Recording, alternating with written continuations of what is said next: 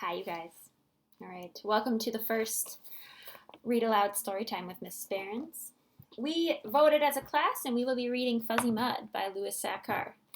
It says, by the author of the Newbery Medal winner, Holes. We mentioned that. If you've read Holes, this is by the same author. So, pretty fun. Are you ready to dive in? Let's do it. This book has a dedication. It says, to Carla, for putting up with all my idiosyncrasies. Ooh, interesting. So you'll notice that right here, this is kind of what that, before the title page even, we have a picture. It says Woodridge Academy down in the corner. And I see a fancy building, it's right there, and all of these woods surrounding it.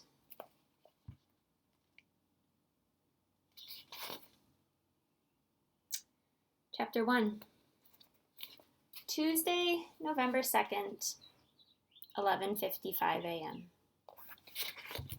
Woodridge Academy, a private school in Heathcliff, Pennsylvania, had once been the home of William Heath, after whom the town had been named. Nearly 300 students now attended school in the four-story black and brown stone building where William Heath had lived from 1891 to 1917. With only his wife and 3 daughters. Tamaya Dilwadi's 5th grade classroom on the 4th floor had been the youngest daughter's bedroom. The kindergarten area had once been the stables. The lunchroom used to be a grand ballroom where elegantly dressed couples had sipped champagne and danced to a live orchestra. Crystal chandeliers still hung from the ceiling. But these days, the room permanently smelled of stale macaroni and cheese. 289 kids, ages 5 to 14, crammed their mouths with Cheetos, made jokes about boogers, spilled milk, and shrieked for no apparent reason.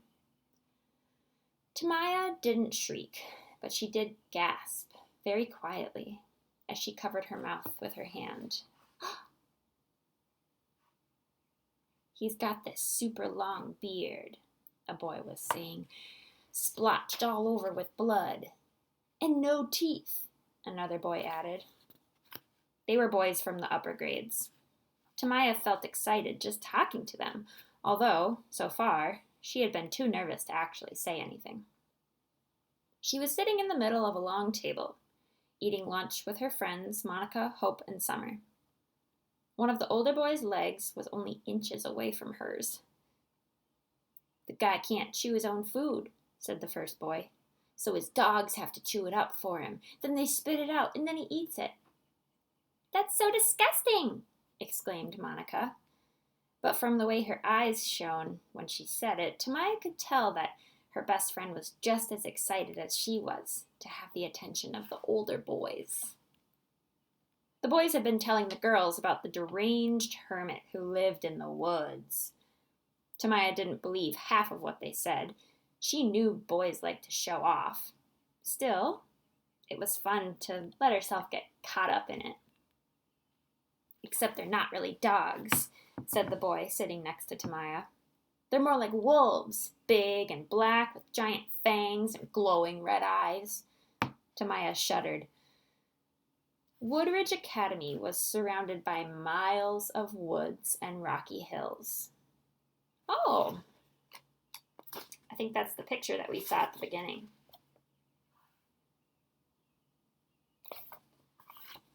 Tamaya walked to school every morning with Marshall Walsh, a 7th grade boy who lived 3 houses down from her and on the other side of their tree-lined street. Their walk was almost 2 miles long, but it would have been a lot shorter if they hadn't had to circle around the woods. So what does he eat? Asked Summer. The boy next to Tamaya shrugged. Whatever his wolves bring him, she said. Squirrels, rats, people. He doesn't care, just so long as it's food.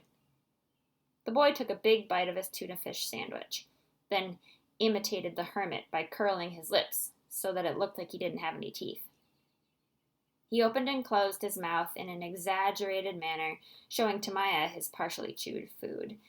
"You're so gross!" exclaimed Summer from the other side of Tamaya. All the boys laughed. Summer was the prettiest of Tamaya's friends, with strawberry-colored hair and sky-blue eyes. Tamaya figured that was probably the reason the boys were talking to them in the first place. Boys were always acting silly around Summer. Tamaya had dark eyes and dark hair that hung only halfway down her neck. It used to be a lot longer, but 3 days before school started, while she was still in Philadelphia with her dad, she made the drastic decision to chop it off. Her dad took her to a very posh hair salon that he probably couldn't afford. As soon as she got it cut, she was filled with regret. But when she got back to Heathcliff, her friends all told her how mature and sophisticated she looked. Her parents were divorced. She spent most of the summer with her dad and 1 weekend each month during the school year. Philadelphia was on the opposite end of the state, 300 miles away.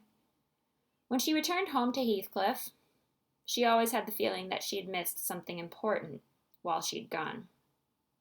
It might have been nothing more than an inside joke that her friends all laughed at, but she always felt a little left out, and it took her a while to get back into the groove. "He came this close to eating me," said one of the boys, a tough-looking kid with short black hair and a square face. "A wolf snapped at my leg just as I was climbing back over the fence." The boy stood on top of the bench and showed the girls his pant leg for proof. It was covered in dirt, and Tamaya could see a small hole just above his sneaker. But that could have come from anything. Besides, she thought, if he'd been running away from the wolf, the hole would have been in the back of his pants, not the front. The boy stared down at her. He had blue, steel-like eyes, and Tamaya got the feeling that he could read her mind and was daring her to say something. She swallowed and said, "You're not really allowed in the woods." The boy laughed, and then the other boys laughed too. "What are you gonna do?" he challenged. "Tell Mrs. Thaxton?" She felt her face redden. "No." "Don't listen to her," said Hope. "Tamaya's got real goody two-shoes." The words stung. Just a few seconds earlier, she'd been feeling so cool, talking with the older boys, and now they were all looking at her like she was some kind of goody two-shoes freak. She tried to make a joke of it. "Well, I guess I'll only wear one shoe from now on." Nobody laughed. "You are kind of a goody-goody," said Monica. Tamaya bit her lip. She didn't get why what she had said had just been so wrong. After all, Monica and Summer had just called the boys disgusting and gross, but somehow that was okay. If anything, the boys seemed proud that the girls thought they were disgusting and gross. When did the rules change? She wondered. When did it become bad to be good? Across the lunchroom, Marshall Walsh sat amid a bunch of kids, all laughing and talking loudly. On one side of Marshall sat one group. On his other side sat a different group. Between these two groups, Marshall sat silently, eating alone. That's the end of chapter 1. We will continue at chapter 2 tomorrow.